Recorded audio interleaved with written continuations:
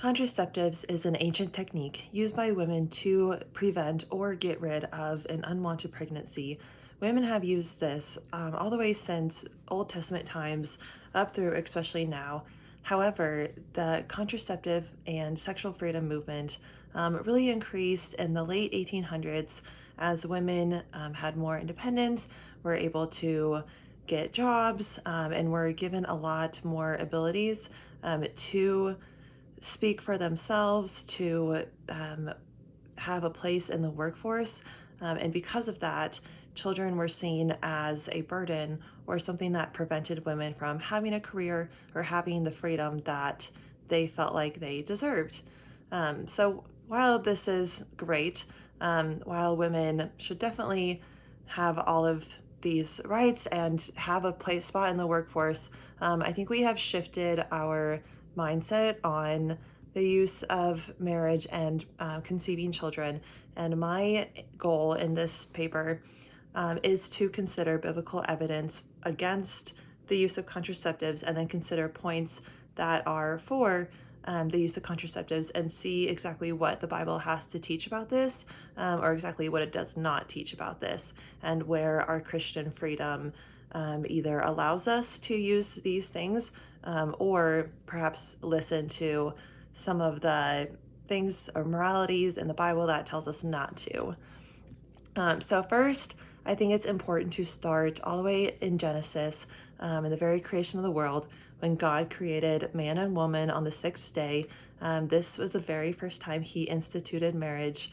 God created man and Eve for companionship. He created them to be a helper for each other, to have dominion over the earth, to have dominion over the animals and everything that he previously created.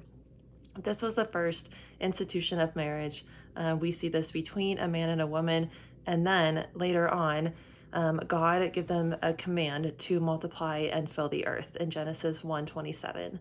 Now, this is often used as a command just to populate the earth at the time, since it was only Adam and Eve, but because they were instituted and given into the covenant of marriage, this is a command and a blessing from God that the place of a married man and woman is to conceive and have children.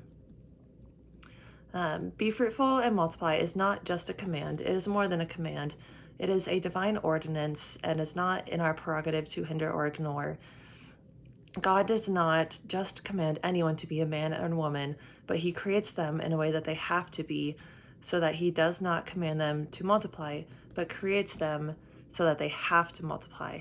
And wherever man try to resist this, it remains irresistible nonetheless and goes its way through fornication, adultery, secret sins, for this is a matter of nature and not of choice. That is a quote from Martin Luther in The Christian in Society, basically saying how the ability to be fruitful and multiply is so much more than a command. It's a divine ordinance, and this is something that cannot be avoided, especially for the human race to continue. We also see this in the natural creation that God institutes from the very beginning. He specifically creates a man and a woman. He specifically joins them together in marriage, and that this is the way that he sets up his entire creation. He wants the land animals to multiply. He has the plants multiply. Everything on his earth is set by this natural order. And God says it is good. And who are we as his creation to get in the way of this plan? So basically, this natural means is God's way of bringing about his supernatural work in our simple biological process.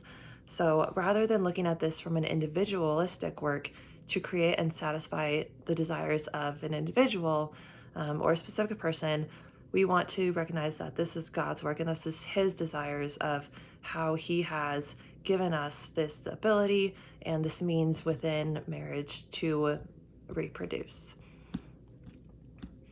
Some common popular arguments, as there are many, I found to be quite interesting, as a lot of these arguments are in a negative connotation. A lot of them are in reaction to anti-contraceptive arguments. I didn't find a lot of arguments that were simply just pro-contraceptive. or pro-birth control.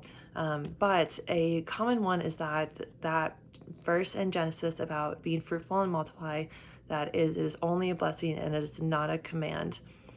However, God always makes a point to emphasize the importance of reproduction in Genesis.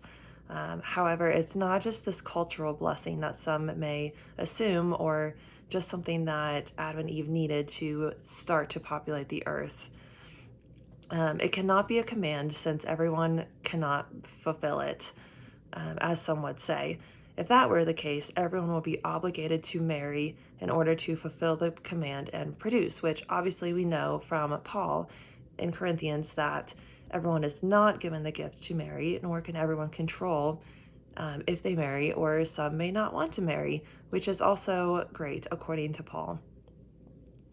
God says, be fruitful. This is a statement of action that he gives to man. He's not just giving a blessing saying, you can be fruitful or you will be fruitful. He's saying, do this. He's saying, get to work. He's saying, I want this good for you, and now this is how you're going to do it. It's an imperative, which is an expression of desire, which only comes from a superior to an inferior, specifically in the Hebrew Bible. So through this context, through the grammar, through this natural order, we can really see that this is something important that God emphasizes for his people. A second common argument for these contraceptives is that a lot of couples and married couples can't feel like they can appropriately provide for the children at the time. Maybe it's because they don't feel like they have enough money, enough time, they're not further along in their careers. For whatever reason it is, this is often a place where people delay having kids because they feel they cannot at this time properly care for them. However, I just want to point out how this is a form of a naturalistic philosophy and also a materialism. So this materialism is stating that these material items are more important than what God would gives us. Naturalism, on the other hand, is the belief that only natural laws and forces operate on the universe. So therefore, an individual is fully in control of their life. If these natural laws and forces operate within the world, God has nothing to do with the creation or sustainability of life. Therefore, God is the one in control, and he must be the one creating and blessing this. Where God creates, he will also promise to sustain and bless. So therefore, the further away we get from God's natural intended order, basically the further into our messy, chaotic sinfulness we fall into. We see this with broken marriages, kids born out of wedlock. We see this with all the things that happen because we get caught up in our selfish, sinful idolatry and not following God's command. Every time we break his law, break his covenant, we fall into sin, and of course nothing good comes from that. So in conclusion, I found that the arguments going against or going for contraceptives were not strong enough arguments. However, I did truly find that in Christian freedom, we do have the ability to make the choice about what is good and right for us that is in line with God's command. So where he places us within our vocations, we do have the ability to choose exactly what we do with that, as long as it is within God's command. One of my favorite verses about this is from Ecclesiastes. It says, "Go eat your bread with joy and drink your wine with a merry heart, for God has already approved what you do." Therefore, if you are in line with God's will and God's command and God's law, God is pleased with whatever you do. So if you're a Christian and you are in line with his command, and perhaps something in life is preventing you from having children, this is where you can exercise your Christian freedom and take comfort that, first of all, there is grace, there is forgiveness, but also that God has already approved your works and that he will give you a conscience and a heart to do what is right.